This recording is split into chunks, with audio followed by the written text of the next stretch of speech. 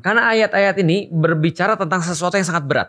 Dan kita tahu bahwasanya Bani Israel banyak sekali fitnah darah. Bunuh orang, lalu kemudian mereka udah terbiasa bunuh orang, mereka udah terbiasa menganiaya orang, mereka udah terbiasa untuk dibunuh atau membunuh dan seterusnya. Nah, di fitnah darah ini Allah pengen ngasih tahu bahwasanya fitnah darah ini sangat-sangat kejam. Antum bunuh orang aja itu kejam, apalagi antum sudah bunuh orang, memfitnah orang sampai seluruh kampung ribut gara-gara itu. Nah, itu yang terjadi adalah orang-orang ikut dosa-dosa yang harusnya nggak ada. Nah, maka dalam hal ini adalah konspirasi. Artinya adalah apa? Orang yang berkonspirasi menjadikan banyak nyawa orang itu hilang atau potensi menjadikan nyawa orang hilang, itu kejahatannya luar biasa besar.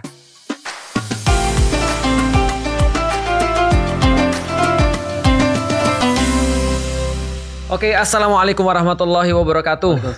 Masya Allah, ini Ramadan yang sangat luar biasa. Dan Yuk Ngaji tetap setia menemani selama 30 hari berturut-turut ya. Mudah-mudahan doain kita masih istiqomah sampai dengan akhir daripada Ramadan. Karena ini udah panas dingin kita ya. Sudah panas dingin kita ya. Dan Alhamdulillah kita masih berkaitan, ini kayak bukan azab nih kayaknya ya. Bukan azab nih. Ini azab juga, Sat. Azab juga. Kan ada amanahnya kan petunjuk. Terus kemudian orang yang culas. Terus manusia terburuk gitu, Sat. Oh, luar biasa. Ini jadi kalau berkaitan dengan Hawariyun pasti berkaitan dengan perkara-perkara azab ya. Jadi siapkan diri Anda, ini kayaknya ada azab 0%, ada azab setengah, dan azab 100% ya. Itu angno atau angnon? Unknown harusnya. Unknown. Iya, parah antum ya. Oke, silahkan. Gimana ini? Jadi apa hubungannya sapi dengan angka-angka ini? Iya, jadi sebelumnya balik lagi ya. Aku kan kayak menerka-nerka ya bahwa ternyata dalam Al-Quran itu semuanya adalah mukjizat, dari mulai hurufnya, terus kemudian angkanya, peletakannya, bahkan walaupun kalau kita ngelihat secara historical, yang turun tuh pertama adalah Al-Alaq, kedua Al-Mudassir, dan sampai Al-Maidah di akhir. Terus kemudian pada saat dirampungkan kenapa kok jadi beda sih? Al-Fatihah dulu, kemudian Al-Baqarah, Al-Imran, dan gitu kan. Dan terus sampai An-Nas. Terus aku berpikir, aku mungkin waktu kecil nggak ngerti ya, nggak paham. Tapi setelah belajar banyak, ketemu banyak guru, dan masih nggak ngerti juga. Masih banyak nggak ngerti juga. Karena itu tanda ketinggian ilmu seorang. Semakin tahu semakin bodoh itu. Ya, Masya Allah. Enggak. Jadi kalau yang pertama, surat Al-Fatihah itu kan berbicara tentang bahwa ini nih adalah saripati Al-Quran di surat Al-Fatihah. Terus kemudian kenapa Al-Baqarah? Ternyata Al-Baqarah ini spesifik ngomongin tentang Bani Israel. Banyak sekali tentang Bani Israel. Itu agama yang Allah Subhanahu Wa Taala tinggikan sebelum Nabi Muhammad diutus. Inni fadaltukum anil alamin. Terus kemudian yang kedua Ali Imran. Ali Imran ngomongin tentang Nasrani. Ya, benar. Terus kemudian keempat Anisa. Kenapa? Aku ya bertadabur gitu. Oh, mungkin fitnah terbesar itu wanita ya. Ini kelima. Ini lebih daripada setengah penonton kita adalah perempuan ya. Gitu ya. Oke. Siap-siap antum yang nanti. Kelima itu Al-Maidah. Makanan. Mungkin banyak orang juga yang sebenarnya berputar dalam hal itu dan nggak puas dengan itu. Terus kemudian keenam Al-An'am, dengan ternak, aset segala macam. 7 Al-A'raf, kita pengen kedudukan. 8 Al-Anfal dan. Aku merasa itu kalau misalnya direnungin kayaknya ada aja korelasinya, karena kan nggak mungkin dong setiap peletakan Al-Quran. Al-Ankabut apa coba? Nggak tahu. Mungkin orang sudah mulai bener-bener gitu ya. Tapi benar juga sih. Tadi setelah Yahudi, Nasrani, perempuan dan makanan. Makanya nikah itu setengah daripada agama. Karena udah menyelesaikan perempuan. Tinggal nyelesain makanan dan perut, ya kan? Mulut dan perut. Oke, terus. Aku yang ngomongin tentang Al-Ankabut, aku pernah denger ininya loh. Denger ada seorang ustadz yang pernah ngebahas bahwa Al-Ankabut itu kan laba-laba, dan laba-laba di situ dijelasin sebagai sesuatu yang sangat-sangat rapuh gitu. Betul. Kan. Nah, kalau kita ngelihat logonya PBB ya, itu seperti jarang laba-laba. Lebih mirip logonya Spider-Man kayaknya daripada logonya PBB ya. Enggak. Emang logo PBB itu logonya Flat Earth. Flat Earth itu. Iya, itu bumi datar itu sebetulnya. Oke, balik lagi ke sini. Ini berarti sapi betina Al-Baqarah. Ketika kita ngomong tentang manusia terburuk, maka kita udah tahu bahwa manusia terburuk adalah manusia yang diberikan keutamaan tapi menyia-nyiakan keutamaan itu. Yaitu siapa? Bani Israel. Dan kenapa namanya Al-Baqarah sih? Padahal kan ada banyak scene dalam cerita Bani Israel. Dalam cerita Bani Israel, kenapa namanya spesifik Al-Baqarah dijadiin tagline khusus? Berarti di situ ada pelajaran yang sangat luar biasa. Jadi sebelumnya aku izin cerita dulu, Sat. Mungkin ada teman-teman yang belum tahu gitu ya. Ya tadi ya belum tahu tuh A dan B tuh unknown. Iya, unknown. Jadi aku pernah survei beberapa teman aku yang seangkatan aku. Aku tanya, tahu nggak Ashabul Sabit? Ternyata nggak tahu. Tahu Ashabul Hudud? Nggak tahu. Tahu Al-Baqarah itu maksudnya apa? Itu nggak tahu juga. Kalau Ashabul Ngudud tahu kayaknya mereka. Iya, jadi mungkin ini adalah salah intermezzo dulu ya. Jadi dulu Bani Israel tuh ada seorang yang dia pejabat dan dia kaya di salah satu kabilah Bani Israel. Kan ada 12 dia tuh. Ada 12. Nah, kemudian dia meninggal dunia. Tapi dia nggak punya anak, dia punya saudara. Punya 3 saudara, akhirnya warisnya dibagi ke 3 orang ini. Oh, jadi ini ceritanya ada pejabat dan orang kaya dari Bani Israel dan dia punya 3 saudara. Tapi dia nggak punya anak, akhirnya warisnya nggak dikasih ke anaknya, tapi kasih ke saudara-saudaranya. Nah, si A ini dia nggak dikasih tahu namanya siapa. Laki-laki semua nih. Laki-laki semuanya. Yang B juga nggak dikasih tahu siapa karena kedua-duanya baik ya insyaallah. Soalnya dia menginfakkan. Tapi yang jelek, yang jelek itu di mention di tafsir namanya siapa Syamun gitu. Nah, tandanya apa? Tandanya emang kebaikan ini bisa jadi berulang. Kan sesuatu yang nakira umum dan bisa jadi berulang. Benar. Nah, jadi ternyata si A ini dia mendedikasikan seluruh harta yang diberi yang menjadi waris dari saudara ini. Itu diinfakkan di jalan Allah 100%. Yang kedua itu setengahnya. Dan yang ketiga nggak mau. Nggak mau. Nah, next ceritanya dibeliin saham kali ya. Iya, nah ceritanya kita lihat lagi nih. Yang A ternyata punya anak. Ini anaknya jadi A kecil ya. Yang B juga punya anak, yang C juga punya anak. Tapi yang A sama B itu cowok. Yang C itu cewek. Nah, ceritanya siapa? Si yang buruk itu namanya B, namanya Uhaihah. Sebentar, yang B kan yang setengah doang. Iya, yang setengah juga. Tapi aku nggak tahu kenapa yang B itu yang jadi serakah. Oh gitu. Wallahu alam. Oh, tapi yang gini, yang B ini yang ngasih setengah nama anaknya cowok ya. Iya. Nama anaknya cowok. Uhaihah. Yang cewek unknown juga. Nah, dan menarik nih. Nah, menarik. Nah, ceritanya si B ini si Uhaihah ini dia gila harta Dia gila harta. Nah, karena gila harta pada saat bapaknya, jadi ceritanya si A itu meninggal, ya kan, nggak ninggalin apapun di si waris karena sudah nggak ada. Yang B itu dia ngambil seluruh harta bapaknya. Jadi dia gila harta. Yang setengah itu diambil. Nah, karena dia sepupuan sama si Syamun ini, ya kan, dia punya anak, dinikahin lah. Karena bapaknya kaya. Setelah dinikahin, kan dia ternyata niatnya bukan cuma untuk nikah. Jadi nikah untuk bisa dapat harta bapaknya lebih cepat. Luar biasa. Nah, tapi ini bapak-bapaknya udah pernah meninggal kan nih, saudara-saudara udah meninggal. Ini tuh nggak mati-mati gitu. Oh, yang B sama C nggak mati-mati. Enggak, yang C nggak mati-mati. Yang warna abu tuh udah mati. Oh, udah mati. Oh iya. Nih kok nih mertua gue nggak mati-mati ya. Ini saudaranya bapak gue kok mati nih, pengen cepat mati supaya gue dapat harta lebih gitu. Akhirnya ditungguin nggak mati, sedangkan dia merancang segala makar untuk bisa dapat harta si mertuanya. Akhirnya karena nggak mati, dia apain Set? Dibunuh lah dia. Pakai pistol ya? Iya. Nah, sungguhnya Allah menyuruh kamu di pistol ceder. Habis meninggal, terus apa yang terjadi? Ternyata mayatnya dibawa ke salah satu perkampungan Bani Israel. Itu di Indonesia Bani Israel? Iya, jadi ceritanya aku nggak ada ilustrasi yang bagus. Oke. Jadi kan 12 kabilah kan? Nah, dibawa ke perbatasan antara 2 kabilah di Bani Israel itu. Terus pas pagi-paginya si Uhaihah ini dia teriak-teriak, siapa yang bunuh mertua saya? Siapa yang bunuh mertua saya? Udah bikin konspirasi. Udah drama dari dulu. Iya, udah drama dari dulu. Iya, playing victim ya. Yap, betul. Oh, nanti keturunan Uhaihah ini namanya Netanyahu kayaknya. Bisa jadi. Nah, dari situ enggak terima dong. Jadi seluruh kaum dari yang difitnah ini muncul, "Oh, bukan kami." Akhirnya datang seorang kakek bilang, "Kan kita punya nabi, tanya aja ke nabi kita." Gitu kan. Terus pas ditanya ke nabi kita, "Oke, kalau gitu kalau kau pengen selesai masalah ini, sembelih seekor sapi." Dan ini bukan pakai kalimatnya Nabi Musa, tapi pakai kalimatnya Allah. Wa idz qala Musa liqaumihi innallaha ya'murukum. Jadi kalau mention nabinya aja kan di episode sebelumnya kita udah ngomong bahwa nabi itu derajatnya sangat tinggi, guru tuh derajatnya udah sangat tinggi. Ini nabi itu sampai harus nge-backup pakai kata Allah gitu. Innallaha ya'murukum. Dan apa yang terjadi? Ternyata masih nawar. Akhirnya nawar nih di ayatnya. Sungguhnya apa? Kami nggak pengen sapi yang kayak gimana, sapi yang kayak gini. Tanya lagi, sapi kayak gimana? Nah, singkat cerita ada sapi yang spesifik. Oke. Tasurun nazirin, enak dipandang, warna emas, masih muda, nggak pernah dikasih buat bajak dan lain sebagainya. Nah ternyata apa Ustaz? Si yang A ini dia ngewarisin satu sapi. Oke, dari bapaknya. Dari bapaknya. Dengan karakteristik yang sesuai. Yang sesuai gitu kan. Nah, di si Bani Israel udah nyari nih, udah hampir ribut, hampir perang. Akhirnya dia nyari sapi kemana-mana nggak dapet, nggak taunya dapet buat si anak yang nggak ditinggalin apa-apa itu. Dia lagi yang kena ya.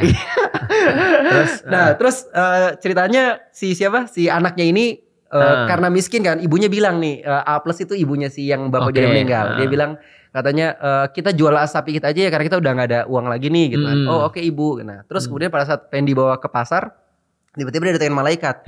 Oh mau nggak? Kamu aku datengin. Kamu nggak? Sapinya aku beli 8 dirham gitu kan. Kecil banget ya. Iya. Kayak ayam. Enggak, tapi kata ibu saya 6 dirham. Oke kalau itu saya baik dulu ya. Dia bilang 8 tapi katanya 6. Kata emaknya jualnya 6 dirham aja biar tapi ditawarin malaikat 8. Tapi 2-nya buat kamu, jangan bilang ibu kamu. Oh mau diajak kong kali kong. Ya mau diajak kong kali kong. Tapi kata anaknya enggak, aku pengen nanya ibu aku dulu ya. Terus ya udah jual aja gitu. Terus abis itu oke pak saya jual. Berapa? 8. Tapi aku udah kasih tahu ibu aku. Jangan begitu, kalau gitu saya kasih 12. Ya kan, sisanya buat kamu, sisanya kasih ibu. Dia tetap nggak mau. Luar biasa, anak soleh nih. Ke emaknya lagi bilang, saya ketemu sama yang kayak gini. Oh dia pasti malaikat. Kalau misalnya dia ngomong, jangan mau. Perintahkan saya apa yang Allah suruh untuk saya gitu. Oh gitu. Nah terus akhirnya si malaikat itu bilang, sesungguhnya nanti akan ada yang beli sapi kamu ini. Dan nanti jangan kamu jual ya, kecuali seberat si emas si sapi itu. Seberat sapi itu. Jadi banyak banget. Banyak banget. Nah, dari sini sorry, ini harus dibuka dulu. Nah, dan ternyata akhirnya Bani Israil dan 2 kabilah plus si Uhaya ini, Uhaya juga mengambil kabilah Jadi ada 3 kabilah buat nyari si sapi biar nggak terjadi cekcok terhadap 3 kabilah itu. Akhirnya ketemu dan si A ini jual seberat emas seberat sapinya. Ke siapa jualnya? Ke 3 kabilah ini. 3 kabilah ini dia ngumpulin banyak harta, kemudian ditimbang, habis itu ditukar. Luar biasa. Setelah ditukar, kaya langsung mendadak. Langsung kaya mendadak dia. Setelah ditukar, baru Nabi Musa nyuruh potong terus pukul ke mayat si Sya'mun itu. Habis itu dia hidup ngasih tahu, siapa yang bunuh kamu? Mantu gue sendiri. Jalan emang dia. Ya luar biasa. Netanyahu. Nah dan singkat cerita ternyata akhirnya si B itu si Wahya ini dikisos. Dan terusnya si A itu karena dia punya banyak harta nikahin si ceweknya ini. Akhirnya dia punya semuanya. Sebentar, akhirnya dia nikahin yang cewek ini. Yang tadinya mantannya si B. Dia punya harta jadi 2 kali lipat. Ya betul. Betul. Nah sebenarnya dari ayat ini aku nggak tahu ya. Sebenarnya ini bisa itu kok B dan C menikah? Terus aturan A ya? A dan C menikah. Oke. Salah nulis ya. Sapinya mati. Sapinya mati kan udah buat dipotong kan. Oke. Nah, sebenarnya dari sini aku cuma pengen bilang ke teman-teman, dari ayat ini itu sebenarnya kita bisa dapat banyak pelajaran. Kita pengen dapat pelajaran dari manusia terburuk sealam semesta ini, yaitu Yahudi. Nah, pelajarannya di mana? Ternyata Allah Subhanahu wa taala itu mention di ayat selanjutnya. Setelah ngomongin tentang sapi itu, Allah mention ibaratin tentang hati. Tuh, summa qasat qulubukum min ba'di dzalik fahiya kal hijarah aw asyaddu qaswah.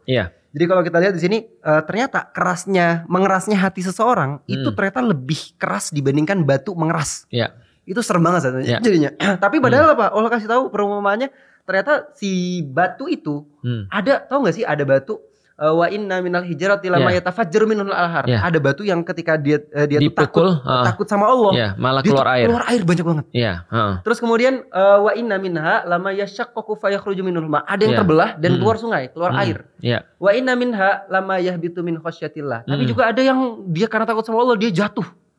Wa mallahu bighafilin amma ta'malun. Jadi kalau kita lihat dari ayat ini kita bisa dapat bahwa hati manusia itu satu bisa jadi kayak batu.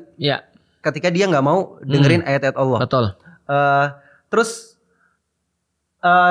Terus kalau kita lihat ternyata ada juga orang-orang yang ketika dapat ayat-ayat Allah tuh kayak Abu Bakar. Dia tuh dapat wahyu Rasul Daud Wahyu disampaikan ke Abu Bakar, langsung dia menebar manfaatnya luar biasa. Ya, ngasih sungai. Iya, terus anhar. Kalau nahrun kan satu, ini anhar, jadi banyak banget itu. Sungai-sungai. Wa inna minha lama yashakum minhul ma. Ada juga orang yang kayak keluar air dan dia ngebelah sesuatu gitu. Terus pertanyaannya pertanyaannya kita yang di mana nih? Jangan-jangan kita batu yang jatuh tuh. Itu udah syukur, Sat. Yang ngeri itu kalau kita jadi Bani Israel, Sat. Dan di sini di-mention sama Allah, wa inna minha lama yahbitu min khasyatillah. Yang pengen aku mention sebenarnya adalah bagaimana caranya kita takut sama Allah. Nah, karena apa? Karena batu itu bisa pecah seperti itu adalah proses di mana dia tuh takut sama Allah. Ya kan, semakin takut maka semakin potensi kita membuka dan keluar air itu semakin banyak. Betul. Dan ternyata aku mention cari ayat khosyah itu cuma ada beberapa dalam Al-Qur'an. 1 2 3 4 5 ada 6, Sat. 6. Ada ayatnya? Iya, ada ayat, Sat. Nah, tapi sebelumnya, Sat, gimana, Sat? Pandangan antum terhadap sikap Bani Israel ini agar kita tuh nggak jadi makhluk seperti mereka gitu. Oke, coba balik lagi ke tadi tuh. Coba kita lihat balik ke mana tadi lagi coba. Mana? Sini, Sat. Si Wahai ini. Enggak tadi. Nah, ini. Ini, Sat. Mau kawin ya kan. Ini kan sebenarnya kan terjadi di zaman Musa ya. Dan kita tahu bahwasanya ini terjadi ketika mereka dalam perjalanan dari Mesir pergi ke apa namanya, pergi ke tanah terjanji yang dijanjikan bagi mereka. Dan mereka ini lucunya adalah mereka lupa bahwasanya dulu mereka ketika di zamannya Firaun itu mereka tertindas banget. Nah, somehow mereka itu menjadi sebuah bangsa yang menyerap seluruh hal-hal yang buruk yang ada pada Mesir dan Firaun, dan mereka mengubah apa yang ada pada diri mereka yang awalnya Allah utamakan karena ketaatannya itu menjadi sesuatu yang mirip-mirip orang-orang Mesir.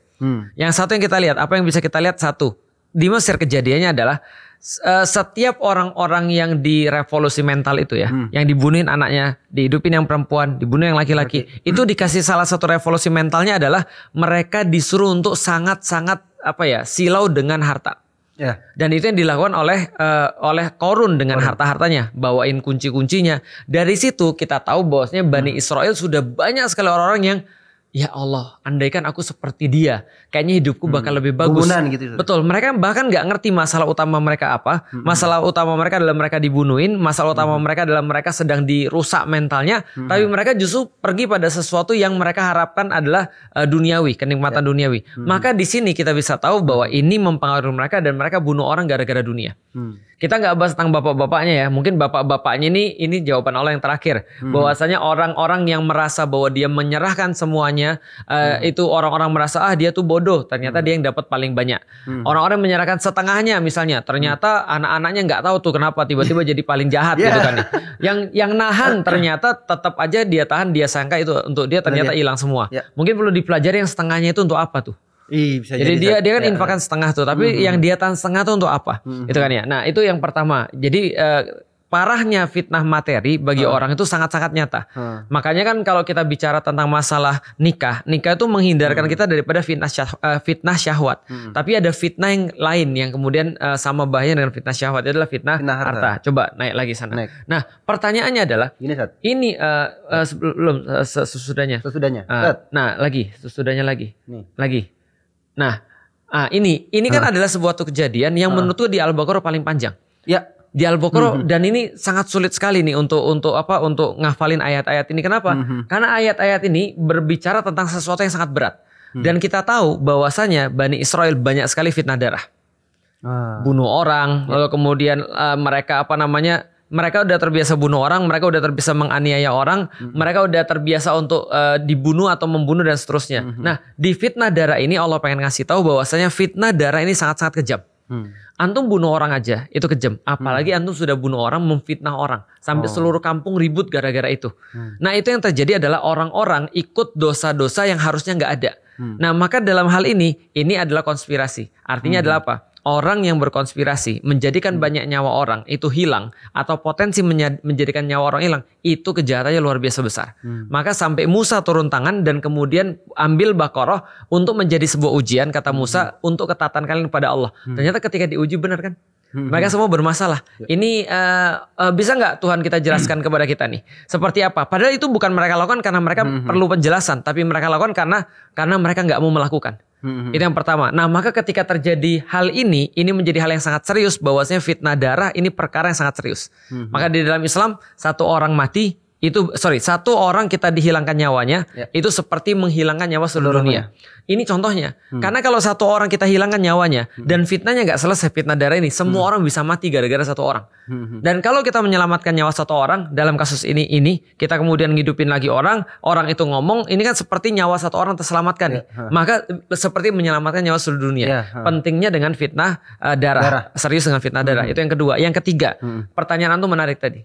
Kenapa mereka itu jadi tidak takut dengan Allah? Khosyah tadi. Oke, kalau gitu kita lihat ya. Pas bab khosyah. Nih. Kita udah bahas kemarin. Takut itu adalah hasil daripada ketidaktahuan. Kalau itu perkara makhluk. Tapi perkara Allah, takut itu adalah hasil daripada pengetahuan. Semakin kita nggak tahu tentang Allah, semakin kita berani dengan Allah. Semakin kita takut, semakin kita tahu tentang Allah, semakin kita takut dengan Allah. Semakin kita tahu tentang Allah, semakin kita takut dengan Allah. Bisa dipahami ya? Manusia sama Tuhan itu beda. Kalau manusia kita tahu, kita nggak takut. Kalau kita nggak tahu, kita takut. Allah kalau kita tahu, kita justru takut. Kita nggak tahu, kita merasa aman daripada Allah. Makanya kalau kita lihat manusia, kalau kita takut kita jauhin. Kalau Allah kita takut, kita deketin. Tapi semua tergantung apa? Tergantung ilmu, kita takut atau enggak. Nah, Bani Israel, kita lihat kenapa bisa begitu. Karena mereka sudah tidak takut dengan Allah. Kenapa tidak takut dengan Allah? Tapi dia tahu saat Allah itu seperti apa. Dia jadi bangsa terbaik. Kenapa dia malah berani bangga? Itu dia. Itu yang hasil daripada revolusi mental menurutku tuh. Revolusi mental yang dibuat oleh Fir'aun itu membuat mereka tuh akhirnya teralihkan tentang peristiwa-peristiwa yang penting. Gampangnya gini deh, antum bertanya tentang Bani Israel. Sementara di sekeliling kita tuh banyak lagi yang lebih parah daripada Bani Israel. Mereka benar-benar tahu tentang Allah, mereka dapat bukti-buktinya, tapi mereka tetap aja berpaling. Kan banyak banget orang-orang kayak gitu. Bani Israel lebih parah lagi karena mereka lihat dan mereka lupa. Nah, ini yang terjadi pada mereka. Satu generasi tuh dirusak sehingga mereka ngerti tentang Allah. Mereka gampangnya gini lah. Musa apa sih kurangnya mukjizatnya? Mukjizatnya paling banyak. Kalau kita pikir yang paling ngerti kan harusnya mereka. Tapi ternyata mereka nggak tahu tentang Allah. Makanya mereka berani sama Allah. Ya Musa, tolong dong gimana caranya bisa lihat Allah. Kami pengen lihat Allah tuh kayak apa? Sambar petir. Terus dihidupin lagi. Terus kurang ajar lagi. Diturunin mana wasalwa. Seneng. Terus kurang ajar lagi. Nah inilah karakteristik daripada Bani Israel. Yang dari awal memang gampangnya gini ya. Aku pikir-pikir ya ketika bahas Bani Israel. Bani Israel itu anak-anak Yakub, benar nggak? Anak-anak Yakub ada 12. Benar kan ya? Pertama-tama dari awal-awal mereka sudah punya bibit penyakit iblis. Apa tuh, Ustaz? Hasad. Merasa lebih baik daripada saudaranya. Loh, kenapa anak ini yang disayang? Kita nih merasa kayak nggak disayang bapak kita. Padahal itu di zamannya Yakub loh. Mereka belum ketemu dengan Mesir, mereka belum ketemu dengan Babylon, belum ketemu dengan siapa-siapa. Ini sudah ada bibit penyakitnya pada mereka. Padahal mereka adalah orang-orang utama. Balik lagi, orang-orang utama lah yang bisa merasa bahwa dirinya lebih baik daripada yang lain. Ini sama. Jadi jangan lupa ya, banyak orang bilang Bani Israel itu diutamakan oleh Allah. Betul. Dan orang-orang yang diutamakan oleh Allah itu lebih banyak yang mereka kena fitnah daripada orang-orang yang biasa-biasa aja. Jadi justru keutamaan itulah yang menghalangi dia untuk takut sama Allah. Setidaknya itu yang kita bisa lihat. Iya. Dan sebenarnya ini dijelasin loh saat di mana di tentang ayat-ayat tadi. Iya, jadi kita coba lihat di surat Abasa. Ini kan Abasa kan cerita tentang Abdullah bin Umi Maktum. Abdullah bin Umi Maktum ini Rasulullah setiap ketemu sama Abdullah bin Umi Maktum dia terima kasih, Seth. Betul. Karena dengan ini dia gara-gara Abdullah bin Umi Maktum ini saya ditegur sama Allah, saya dapat nasihat dari Allah, surat itu turun gitu kan. Akhirnya Abdullah bin Umi Maktum ini dimuliakan banget sama Rasul. Betul. Sangat-sangat bertentangan karena waktu itu kisahnya asbabun nuzulnya itu Rasulullah lagi pengen dakwahin sama manistagna. Adapun orang-orang yang merasa dirinya cukup. Tadi ya, Bani Israel ngerasa dirinya cukup, Bani Israel ngerasa dirinya utama. Fa'antalahu tarsadda. Maka kamu melayaninya. Jadi sebenarnya standar kita ngedakwahin orang, jangan sampai gara-gara harta. Gara-gara harta gitu ya. Wa amma alaika alla yazakka. Padahal mereka tuh nggak ada alasan bagi kamu kalau dia tidak membersihkan diri. Ingat, dia belum perlu. Iya, jadi artinya walaupun dia masih kacau kayak gitu, kamu nggak akan diminta pertanggungjawaban. Gitu jadi tidak ada celaan atasmu kalau dia tidak membersihkan diri. Artinya kalau dia tetap begitu pun ya itu understandable. Maksudnya kamu nggak akan diminta pertanggungjawaban andai kan mereka begitu. Cuman kan Rasul kan merasa bahwa semuanya adalah tanggung jawabnya. Tapi kata Allah, kalau mereka belum beriman juga ya kamu nggak akan dicela juga. Gitu maksudnya. Wa amman ja'aka Yas'a. Nah, dan ada pun Yas'a. orang yas'a ya. Iya bawahnya kan ya Yas'a. Dan ada pun orang-orang yang datang kepadamu dengan bersegera. Mendapatkan pelajaran yaitu Abdullah ya. Ya. Wa huwa yakhsha. Nah, ini kata yakhsha di sini, Zat. Jadi kalau kita pengen tahu bagaimana caranya gimana sih caranya agar aku tuh bisa takut sama Allah gitu. Enggak jadi orang-orang yang bengal kayak Bani Israil. Kayaknya belajarnya harus sama Abdullah bin Umi Maktum. Oh, luar biasa. Soalnya dia dikenal sebagai hamba yang takut kepada Allah. Iya. Oke. Di episode sebelumnya kita ngomongin tentang ini ya, ngomongin tentang buta. Dan Abdullah bin Umi Maktum ini buta. Orang buta. Tapi dia bukan buta di dunia, bukan buta terhadap petunjuk. Betul. Lucunya adalah tadi ada orang-orang yang melihat di dunia buta di akhirat gara-gara nggak mau mengikuti petunjuk. Tapi ada orang-orang buta di dunia justru dia mendapatkan petunjuk di akhirat karena dia memiliki sifat yakhsha. Yakhsha. Terus kalau kita ngelihat ayat selanjutnya, di sini ngomongin tentang ternyata yakhsha itu identik dengan satu beriman pada Laul Mahfuz. Ini dari ayat 11 sampai ayat 16 itu ngomongin tentang bahwa semua udah tertulis loh gitu kan. Makanya Ustadz waktu itu ngejelasin tentang masalah takdir, terus kemudian Ustadz bacain surat Al-A'la ya Ustadz. Terus kita nggak tahu, kita tahu bahwa Allah menentukan segala hal, gitu kan. Bahkan kematian kita. Al-Lail. Al-Lail Ustadz. Terus tapi tugas kita apa? Tugas kita adalah pancing takdir kita itu dengan amal-amal soleh. Banyak amal-amal soleh di surat itu. Nah, maka cara supaya kita tuh bisa takut sama Allah mengimani iman terhadap takdir juga. Jadi coba aku ngerasa kayak aku ngerasa ya udahlah kalau kita tahu bahwa qadar dan qadar itu udah Allah subhanahu wa ta'ala tentuin. Ya udah jalanin aja hidup ini. Ternyata enggak, karena beriman pada rukun iman itu harus benar-benar iman, dan iman nggak mungkin nggak tahu, harus tahu, harus belajar gitu ya. Dan pembahasan iman bukan di sini ya, Sat. Gimana, Sat? Menarik. Tadi kan aku kan sampein bahwa yakhsha itu kan adalah artinya takut kepada Allah. Dia yang takut kepada Allah. Sedangkan takut kepada Allah itu adalah karena pengetahuan. Kalau takut kepada manusia justru karena dia tidak tahu, maka dia takut. Belum ketemu Felix Yao radikal, takut misalnya. Kalau ketemu ternyata lebih takut lagi. Kalau misalnya sudah dia tahu, dia nggak takut. Nah, kalau ada orang-orang yang takut pada Allah, berarti dia merasa Allah lagi mengawasi dia. Aku nggak tahu ya, mungkin karena Abdullah bin Umi Maktum itu karena dia nggak pernah melihat manusia. Artinya ketika dia nggak pernah melihat manusia, mungkin dia berada dalam kesendirian dia sendiri, dia merasa senantiasa diawasi oleh Allah. Ketika dia merasa senantiasa diawasi oleh Allah, mungkin dia merasa bahwa setiap perbuatannya itu akan dipertanggungjawabkan secara jelas.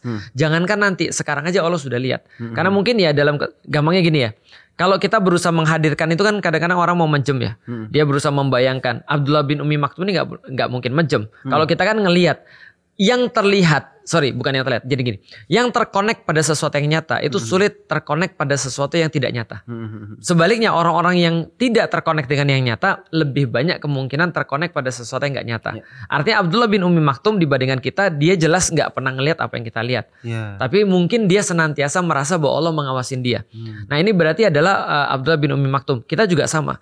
Khosyatillah itu muncul ketika kita merasa diawasin. Makanya dalam hadis kemudian ada pemuda yang dia tidak jadi berzina gara-gara takut dengan Allah. Itu artinya adalah apa? Dia merasa diawasi oleh Allah. Sama kayak gini, kalau ada CCTV, orang-orang nggak mungkin macam-macam. Kamu diawasi oleh CCTV sama cewek, ya udah biasa aja, diam aja. Tapi kalau nggak ada CCTV, mungkin nggak diawasin. Dia mulai berpikir gimana caranya agar dia bisa melakukan apa yang dilarang misalnya. Nah berarti khosyatillah atau yakhsha ini berkaitan dengan pengawasan atau pengetahuan. Allah tahu nggak dengan yang kita kerjakan? Jelas. Tapi kita mengetahui nggak bahwa Allah tuh mengetahui yang kita kerjakan? Itu yang memunculkan rasa takut. Nanti kita coba lihat. Jadi ingat kisah Nabi Yusuf, Set. Iya. Antum bilang robe depan apa robe belakang? Kalau orang Indonesia udah lepas baju duluan. Jadi nggak robe karena dia nggak takut pada Allah. Ternyata takut sama Allah juga disandingin dengan kita tuh berpikir terhadap ciptaan-ciptaannya. Nah, mengetahui lagi kan berarti pengetahuan. Dari apakah Allah menciptakannya, dari jasmani yang Allah ciptakan, lalu menentukannya. Kemudian dia mudahkan jalannya, kemudian dia matikan dia, kemudian kamu perhatiin gak anggur, sayur-sayuran, zaitun, kurma, kebun-kebun. Jadi proses berpikir ini proses yang benar-benar buat kita tuh takut harus sama Allah ya. Iya betul. Ini adalah bagian daripada pengetahuan. Semakin kita tahu tentang Allah, semakin kita takut. Makanya kalau aku secara pribadi, apa yang membuat aku merasa bahwa, bukan merasa tapi relate dengan apa yang dialami oleh orang-orang yang takut pada Allah. Karena memang mereka membayangkannya hal-hal yang mereka bisa cerna terhadap Allah. Misalnya, Allah menceritakan misalnya di dalam Al-Quran. Bahwa ketika diseru kepada neraka, udah penuh belum? Neraka malah bilang balik. Emang ada berapa lagi? Emang ada berapa banyak lagi? Ya ayo, ini masih belum cukup gitu kan ya. Apa tambahan lagi dikasih kepada saya, ini masih banyak yang bisa masuk. Aku jadi agak gimana juga. Artinya kan itu neraka nggak ada rasa penuhnya ya. Dan neraka tuh akan kayak bergairah untuk menelan orang-orang yang bermaksiat pada Allah. Nah, ketika membayangkan itu kan kita ngeri ya. Kenapa? Karena kayak kita dikasih harapan tapi putus terus di neraka itu. Ada yang dikasih harapan dengan tempat yang sangat tinggi nggak mampu dia capai. Ada tiang di situ. Ada orang-orang yang diazab terus menerus, kulitnya diganti dan segala macam. Itu bagian daripada kita takut pada Allah, karena kita dikasih tahu. Andai kan nggak ada ayat-ayat itu ya, andai kan nggak ada ayat-ayat tentang neraka, kita mungkin juga nggak ngerti. Semuanya cuma harapan doang kepada Allah. Orang yang cuma punya harapan pada Allah, dia jadi sombong. Orang cuma takut pada Allah, dia jadi putus asa. Maka Allah seimbangkan antara takut dan harap itu supaya kita benar-benar beriman kepada Allah. Nah, setidaknya di sini semua pembelajaran ini, kalau kita lihat pembelajaran ini, orang jadi takut dengan Allah. Oh, semudah itu ya Allah ngelipat bunga di dalam satu kuncup. Nah, kalau misalnya Allah bisa ngeluarin bunga dari ketiadaan, aku kadang-kadang motong tanaman itu tak potong, terus aku bingung ini tumbuhnya dari mana ya. Ketika memperhatikan dia tumbuh, oh ya keren juga ya bisa tumbuh kayak gitu ya, terus menggantikan batangnya dan seolah-olah seamless. Maksudnya kalau kita disuruh kayak gitu kan kita nggak sampai di titik itu, nggak sampai di titik seakurat itu, dan ternyata kita tahu nggak semua yang kita potong juga tumbuh. Nah, artinya itu benar-benar kekuasaan Allah. Maka kita jadi tahu semudah itu bagi Allah untuk menciptakan manusia. Allah sering sebutkan di dalam Al-Quran, semudah itu pula Allah bisa mengazab kita. Jadi gitu. Tapi menariknya, kenapa ada orang-orang yang memperhatikan semua ini, misalnya para saintis gitu kan, para biologis yang dia tuh sangat perhatian bahkan sampai detail-detailnya. Ini zat-zatnya apa, molekul apa yang, tapi kalau dia tetap nggak menemukan Allah, ya kenapa Seth? Ya, karena berpikir itu ada macam-macamnya. Ada orang-orang yang berpikir tentang bukan ranah, sampai pada level cuma what and how. Ada orang yang berpikir pada level why. Nah, orang yang berpikir pada level why ini mengetahui sebuah pandangan yang lebih luas. Daripada orang-orang yang mengetahui what and how. Contoh kayak begini ya. Kalau kita berbicara tentang what and how, itu misalnya kalau kita taruhlah lagi buat kue. Gak usah buat kue, buat makanan. Kalau antum lagi misalnya makan satu makanan, enak banget nih rasanya. Terus antum saking penasaran, antum datengin chefnya. Chef, bagaimana cara buatnya, chef?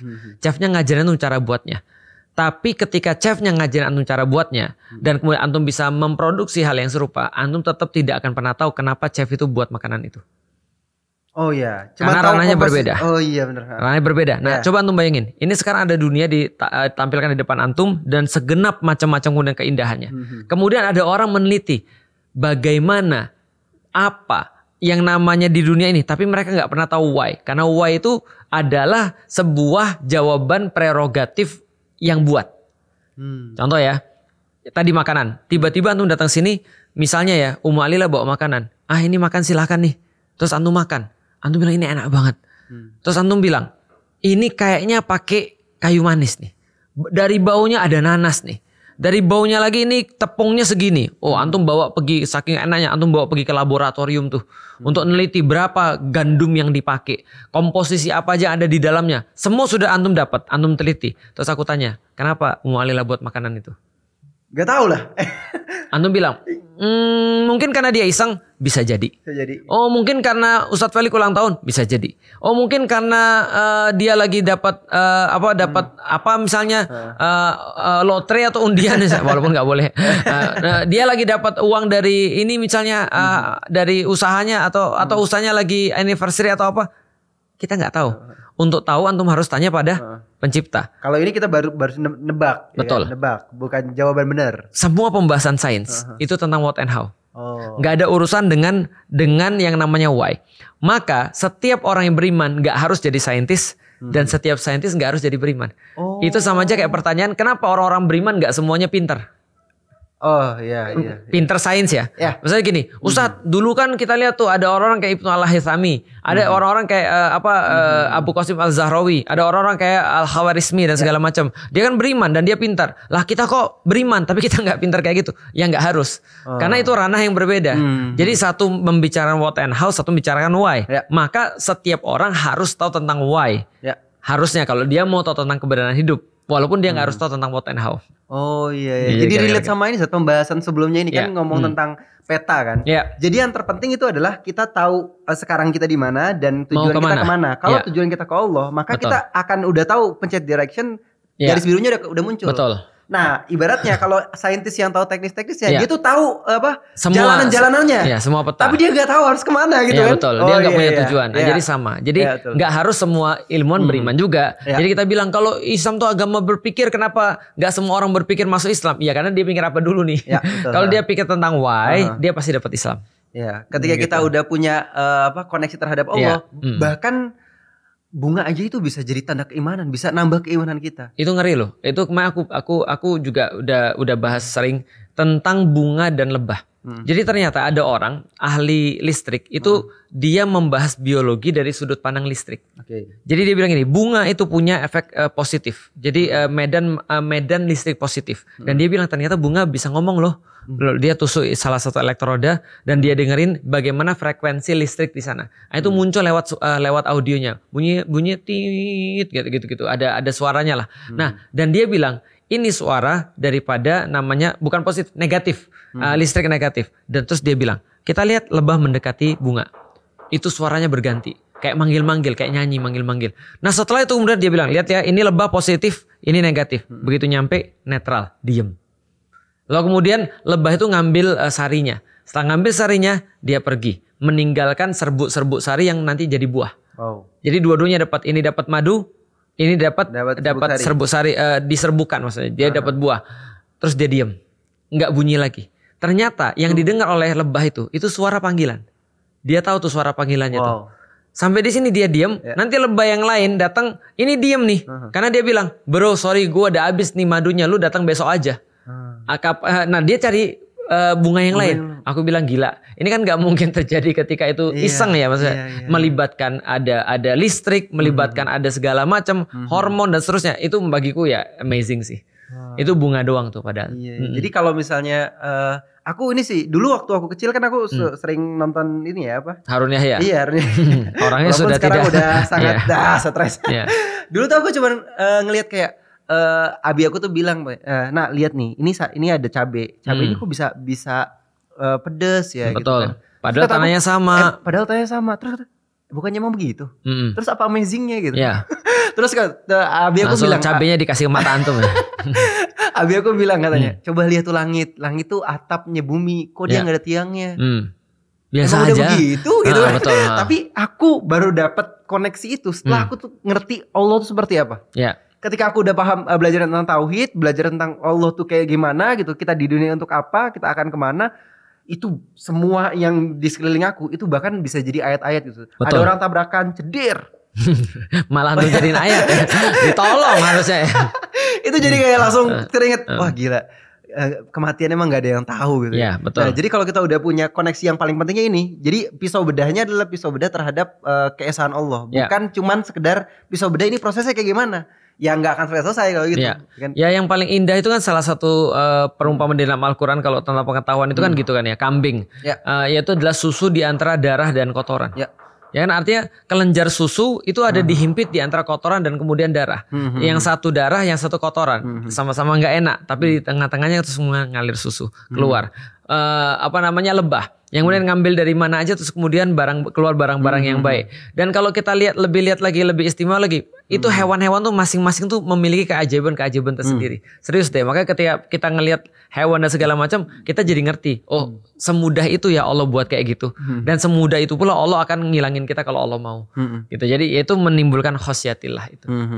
Nah orang-orang yang nanti terkonek sama Allah itu, dia bakal berpikir, iya ya, kalau sekompleks ini aja Allah mampu buat, apalagi nanti kalau misalnya udah hancur dan Allah bisa bangkitin lagi. lagi loh. Betul, itu yang senantiasa diulang-ulang dalam Al-Quran. Ya betul. Dan ini ayat yang sering dipakai buat muhasabah, Ustaz. Yang mana? Ini ayat yang terakhir nih, ayat yang betul.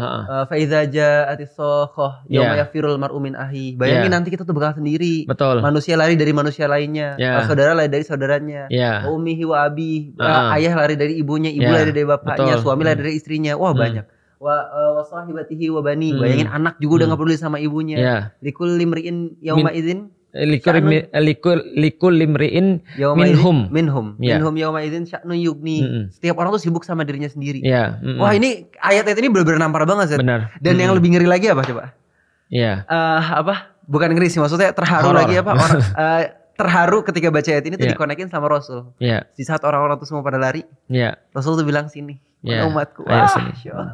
Orang pada stres, ada orang-orang yang bahagia. Yang bahagia. Nah, ini ayat selanjutnya tentang khosyah. Ini di surat Toha. Ini ngomongin tentang Firaun lagi sebenarnya. Jadi kalau kita pengen tahu takut itu seperti apa, kayak emang kita harus belajar sama Nabi Musa deh. Nah, di sini ada bla bla bla bla nomor 3 ya. Idhab ila fir'auna innahu idhab anta wa akhuka bi ayati wala taniya fi dzikri. Idhab ila fir'auna innahu tagha. Faqula lahu qaulal lajina la'allahu yatadzakkaru aw yakhsha. Yakhsha uniknya saat di situ disandingin sama berbicara yang lembut. Itu aku setelah baca ini langsung connect gitu.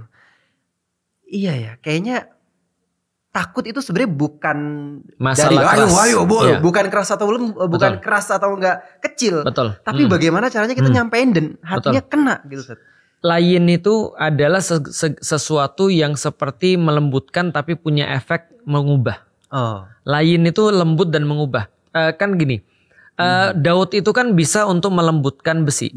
Tapi kan besi itu bukan cuma lembut terus nggak ada gunanya. Dia dibentuk. Jadi layin itu adalah lembut untuk membentuk sesuatu. Artinya bukan lembut tanpa alasan. Makanya sama seperti wabima rahmatim minallahi lintalahum.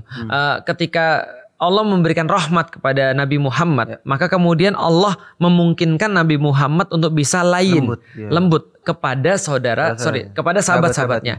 Nah, lembut di situ bukan lembut pasrah. Lembut di situ bukan dalam arti gini, lembut juga tidak harus dengan suara rendah. Lembut itu juga tidak harus dengan sesuatu yang bersifat kayak pasrah dan menyerah atau diremehkan. Tapi lembut di situ adalah tenang dan kemudian tidak panik. Menurutku sih itu. Jadi kenapa orang bisa tenang dan tidak panik? Karena semuanya di dalam kontrolnya dia. Jadi makanya kan Rabbis rohli sodri wa yassirli amri wahlul uqdatam min lisani yafqahu qoli. Maksudnya adalah jadikan semua dalam kontrol saya. Jangan jadiin ada sesuatu pada lisan saya sehingga lisan saya ini tertutup untuk bisa ngontrol diri saya dan ngontrol orang lain. Nah, ketika dia sudah tahu tujuannya ini bisa dikontrol, maka perkataannya itu adalah perkataan yang lain. Lain itu memungkinkan dia bisa mengantarkan pesan-pesan yang nyampe ke hati. Karena takut itu adanya di hati. Ya, aku jadi reflect gitu. Aku kan pengen ya anak aku adalah anak yang takut pada Allah gitu kan. Ya, jadi kayaknya nggak ada cara lain untuk kita tuh memang harus lain sama anak kita. Ya, lain itu adalah sebuah proses tadi untuk mengubah dengan tenang. Betul. Karena tidak ada korelasi antara kerasnya suara dengan pengertian. Bahkan yang terjadi adalah ketika kita mengeraskan suara itu adalah sebagai tanda bahwa kita terancam. Orang kalau sudah terancam itu bisa ngerasin suara. Orang kalau nggak diperhatikan dia ngerasin suara. Anak-anak nih lari-lari nih. Yang jelas, betul. Woi, dengerin. Oke, berarti orang yang mengeraskan suara minimal itu adalah tanda untuk minta perhatian. Karena dia nggak merasa nggak diperhatikan. Dia minta perhatian. Nah, jadi kerasnya suara tidak ada hubungannya dengan pengertian atau pemahaman. Makanya ada orang-orang yang ngomongnya pelan tapi kena. Itu seperti Nabi Musa dan kemudian Nabi Harun. Gitu. Dan tentunya Rasulullah. Padahal ini ngadepin manusia paling bejat ya. Ya, Rasulullah kan begitu pada sahabat kan ya. Wa bima rahmati minallahi lintalahum walau kunta faddan ghalidhal qalbi lang faddu min haulik. Lalu kemudian fa'fu anhum wastaghfir lahum. Ini kan berkaitan dengan perang Uhud. Jadi kita bisa tahu bahwasanya ketika itu dilakukan, kalau tadi ya khosyatillah atau yakhsha ini adalah hasil daripada lain atau omongan yang lain, kita bisa tahu bahwasanya itu orang-orang 50, aku yakin 40 atau 50 orang yang mana itu, aku yakin stres berat. Ya pasti. Aku yang stres berat. Dan mereka itu stres berat dan kemudian Rasulullah juga sangat terpukul dengan keadaan waktu itu Uhud. Kemudian Rasul kemudian diturunkan ayat itu dan kemudian mengingatkan pada Rasulullah bahwa harus tetap layin kepada sahabat-sahabatnya. Fa'fu anhum wastaghfir lahum. Ampuni, maafkan mereka dan mintakan ampun pada Allah. Luar biasa. Sudah dimaafin, mintakan ampun pada Allah. Wasyawirhum fil amr, dan ajak mereka obrol lagi. Dalam perkara-perkara musyawarah, itu luar biasa. Nah, itu menimbulkan khosyatillah. Gitu. Jadi artinya sahabat-sahabat ini kan menjadi sahabat-sahabat yang lebih istimewa. Aku yakin 40 itu akhirnya jadi pasukan yang benar-benar ngerti. Paling loyal. Dan benar-benar ngerti. Gitu. Padahal aku nggak kebayang ya betapa syoknya ya. Pertama satu, ngelanggar perintahnya Rasul. Yang kedua, gara-gara dia itu banyak yang terbunuh. Betul. Terus termasuk pamannya Rasul. Rasul juga hampir terbunuh. Iya, wah, betul. Itu kayak kalah perang. Waduh. Walaupun kalau kalah itu ada banyak yang mengatakan tidak. Karena tujuannya pengen ngambil Madinah. Betul. Tujuannya orang-orang Quraisy itu tidak tercapai. Jadi bisa kita katakan menderita kerugian lah. Dan ternyata Yakhsha juga disebutin di surat ini, di surat Fatir. Dan dia bilang dan demikian pula di antara manusia binatang-binatang melata dan binatang ternak ada yang bermacam-macam warna dan jenisnya. Sungguh yang takut kepada Allah di antara hambanya min ibadihil ulama. Sesungguhnya Allah Maha Perkasa lagi Maha Pengampun. Jadi aku bingung nih kenapa ya? Maksudnya memperhatikan binatang-binatang ternak yang beda warna. Bagiku sangat jelas tuh. Gimana, Seth? Itu loh, itu sangat jelas. Innama yakhsyallaha min ibadihil ulama. Artinya sudah confirm kan yang kita bilang tadi. Bahwasanya takut itu ada hubungannya dengan pengetahuan. Kan ilmu. Ya, jadi sesungguhnya jadi ilmu yang tadi ngelihat kayak bermacam-macam bunga segala macam itu akan membuat kita takut pada Allah. Alim adalah orang yang tahu. Bedanya dengan arif, orang yang memahami adalah bahwa alim itu berkaitan dengan ilmu-ilmu. Ilmu-ilmu apa? Ilmu-ilmu terhadap pengamatan. Nah, ketika dia sudah mengamati, dia sudah belajar, maka namanya adalah alim atau ulama. dalam jamaknya. Nah, ulama di zaman sekarang harusnya adalah orang-orang yang punya takut pada Allah. Nah, itu Allah ibaratnya begini. Hubungan langsung takut itu dengan pengetahuan. Semakin banyak kamu punya pengetahuan, ilmu, kamu semakin takut kepada aku. Semakin kamu takut kepada aku, kamu akan menjaga semua sikap-sikapmu, kan gitu kan ya. Nah, maka kalau ada orang yang mengatakan atau dikatakan ulama, harusnya dia adalah orang yang paling menjaga perbuatan-perbuatannya karena dia takut Allah.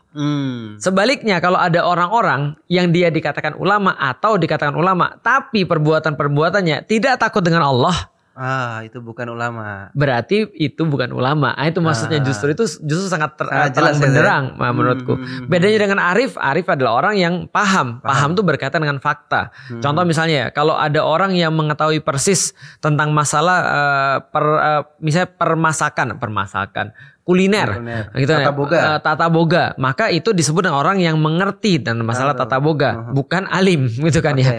Nah, kalau alim ya dia cuma mengetahui aja. Kalau dalam kasus ini adalah para ulama, yaitu adalah orang-orang yang khusus di bidang agama. Bisa nggak kalau aku artiin kayak gini misalnya, ilmu goalsnya adalah takut pada Allah. Benar. Jadi kalau kita punya ilmu tapi malah makin sombong, itu bukan ilmu yang dimaksud. Seperti itu, Seth? Itu fitnah. Fitnah justru serem ya, Seth? Loh, banyak kan yang dari tadi kita bahas itu Bani Israil itu fitnah. Mereka punya ilmu banyak, mereka punya pengetahuan banyak, mereka diutamakan oleh Allah. Anni faddaltukum anil alamin. Bahwa kami memberikan Anda fadilah. Fadilah itu kan keutamaan yang sangat besar sekali yang tidak diberikan pada orang-orang lain. Berarti apa? Kecerdasan mereka itu udah jelas. Sampai sekarang kita bisa lihat. Apalagi misalnya kemampuan mereka untuk bisa beribadah kepada Allah. Nabi-nabi dipilih daripada golongan-golongan mereka. Privilege-nya banyak. Dikasih tempat yang bagus juga dan seterusnya. Itu kan sudah fadl tukum ini berat sekali. Tapi kan itu kan bisa membuat dua. Siapa yang paling banyak beribadah kepada Allah sebelum manusia? Jin. Namanya iblis. Tapi siapa yang sesat juga? Iblis juga. Artinya makanya kan kita sering nanya. Ujian-ujian Allah itu ada dua. Ada yang disenangi oleh manusia, ada yang tidak disenangi oleh manusia. Tapi ujian Allah berupa yang disenangi oleh manusia itu lebih berat daripada yang gak disenangi oleh manusia. Kenapa ada orang miskin? Lalu kemudian jadi gini, aku pernah ditanya kan, kenapa sih banyak orang-orang yang korupsi itu justru orang kaya? Ya karena hanya orang kaya yang merasa gak cukup. Sedangkan orang miskin, kenapa dia nggak korupsi? Ya karena dia nggak punya kesempatan untuk korupsi. Lah gimana orang miskin mau selingkuh? Siapa mau mantum? Gak ada orang yang wajahnya average. Siapa yang mau selingkuh sama dia? Udahlah wajah pas-pasan, miskin pula. Ya cocok lah dia dijaga daripada maksiat itu. Walaupun dia mau banget tuh, gak ada yang mau sama dia. Tapi kalau ada orang wajahnya, face-nya bagus, terus kemudian dia kaya pula gitu kan ya. Cewek itu, aku pernah dengar ya, ada cowok-cowok tertentu yang kalau cewek, mohon maaf ya, berzina sama dia, itu bagi cewek itu kayak udah medali. Oh iya Mas Fuad pernah cerita, iya betul. Jadi kalau aku tuh udah pernah sama dia loh, harusnya kan malu, gitu kan? Iya, harusnya kan lu kan malu ya. Tapi bagi dia ini adalah kayak medali gitu loh, kayak sertifikat, paham gak sih? Aku udah pernah, gue diakui loh. Gitu. Iya makanya. Aku gila ya. Bilang artinya ini kan cowok kan bisa yang nyari. Ini cewek yang nyari orang-orang kayak gini. Biar dia dapat portofolio. Loh ini kan sama nih ceritanya nih. Berarti kalau ada orang yang punya pengetahuan banyak dan dia tidak takut kepada Allah. Berarti itu harusnya jadi sebuah koreksi. Ini adalah ilmu atau ini adalah fitnah. Gitu loh maksudnya.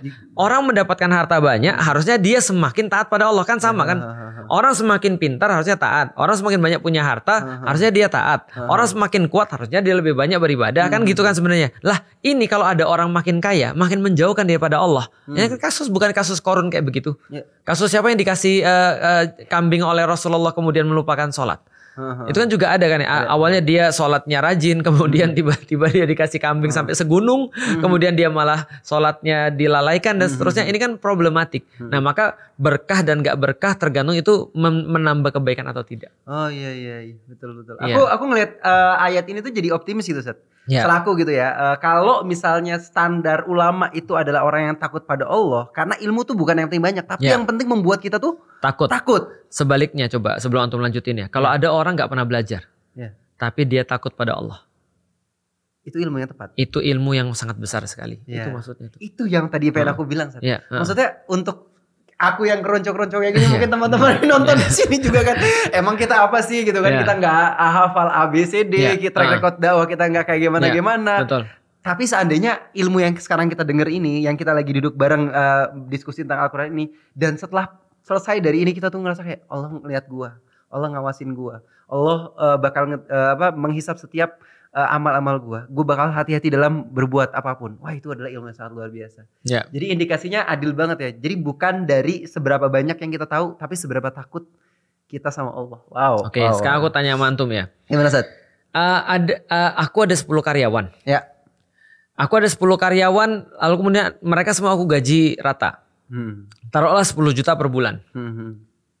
Aku punya tugas. Tugasku adalah bikin editing video. Di antara 10 karyawanku ini cuma 3 orang yang pintar editing video. Akhirnya aku kasihlah tugas itu pada 3 orang itu. Sedangkan di antara 3 orang itu ada 1 yang cuma khusus editing 3D. Berarti setiap ada tugas 3D aku serahin pada dia. Harusnya dia merasa senang atau dia merasa beban? Harusnya merasa senang dong. Kenapa merasa senang? Karena di antara banyaknya cuma dia yang dapat.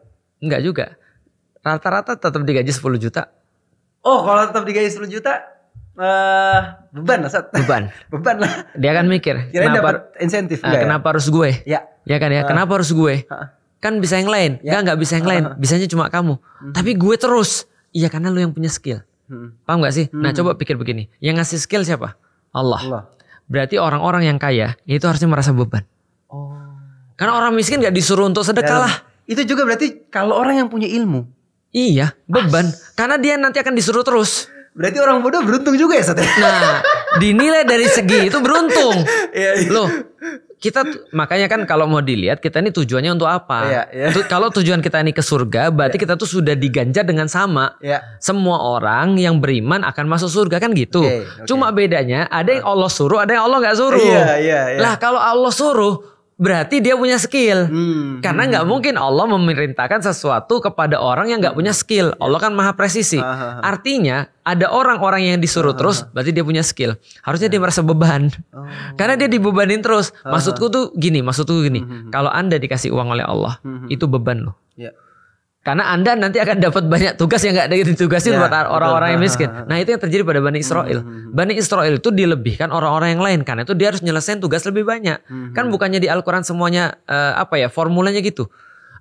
Nabi Isa umatnya minta makanan dong dari langit. Boleh, tapi kalau lu kufur setelah ini, ingat loh, ini dua kali betul. Ini pengetahuan sudah datang yang baru. Kamu harusnya lebih taat pada Allah, harus lebih takut pada Allah. Yakhsya. Tapi kalau kamu tidak takut pada Allah setelah ini, kamu akan azabnya lebih besar loh. Karena yakhsya itu adalah harusnya takut atas azab Allah, karena mereka udah tahu. Paham gak sih maksudnya? Artinya kalau ada orang sudah tahu terus kemudian gak takut, nah itu jadinya fitnah. Allah.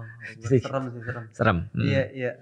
Karena mungkin standarnya beda ya. Kalau misalnya kita ngelihat dari standar orang-orang di dunia gitu ya.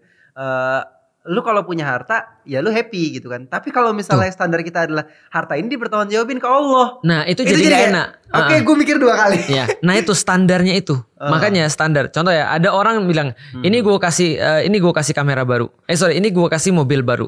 Wah seneng banget. Terus dia bilang, ini gue kasih mobil baru, ini gue kasih 3 orang. Terus dia bilang, tapi untuk gue kasih ini, lu harus jalan 100.000 kilometer dalam waktu 1 bulan. Mikir kita tuh.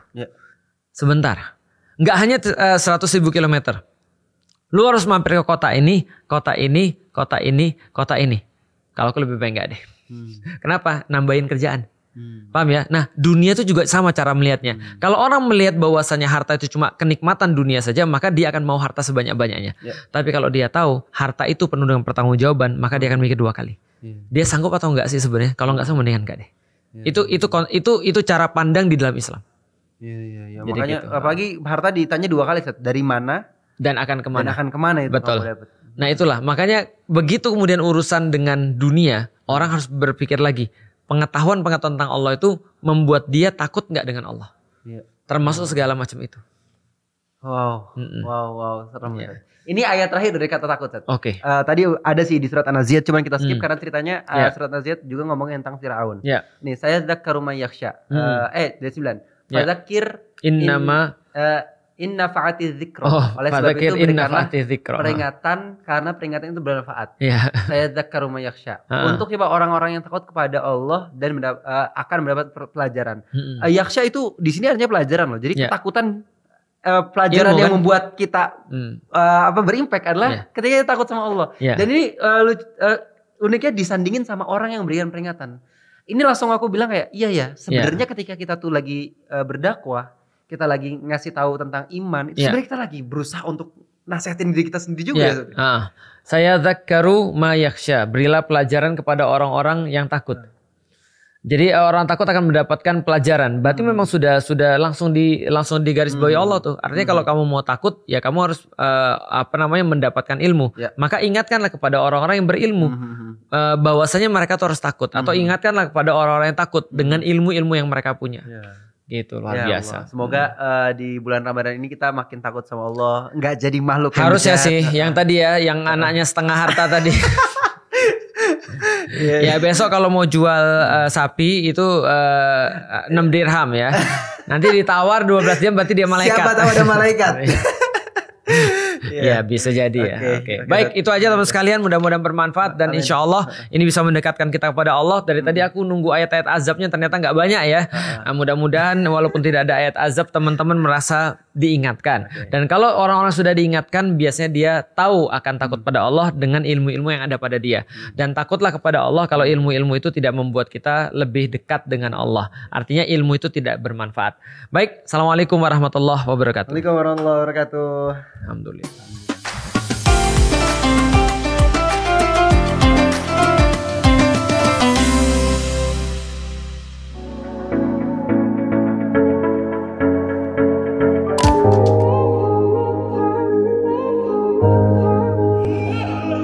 Di awal suasananya dibawa bahagia, ketika kesini campur aduk ya, rasanya benar-benar campur aduk banget.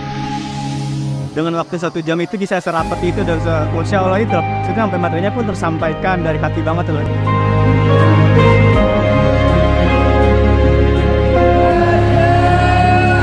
Saking rindunya sama Rasulullah tuh kayak ya Allah nih berasa banget datang mungkin ya Rasulullah kesini. Itu benar-benar kisah romantis yang paling cakep banget ya.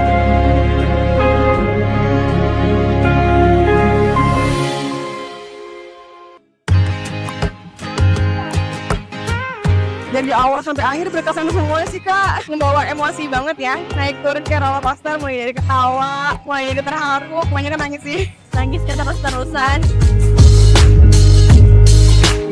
Keren banget, ini nyadarin kita untuk anak muda tuh untuk melek sejarah.